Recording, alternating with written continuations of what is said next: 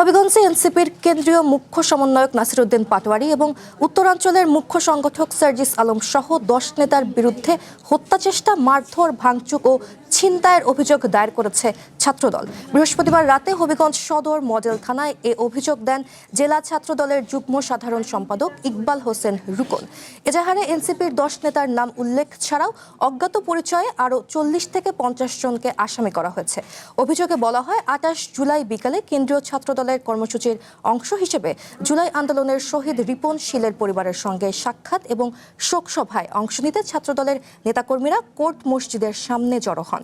এ সময় নাসিরউদ্দিন পাটোয়ারী, সার্জিস আলম, আবু হেনা মোস্তফা কামাল, মাহবুবুল বারী চৌধুরী সহ ৪০ থেকে ৫০ জনের একটি দল দেশীয় অস্ত্র নিয়ে সেখানে হামলা চালায়।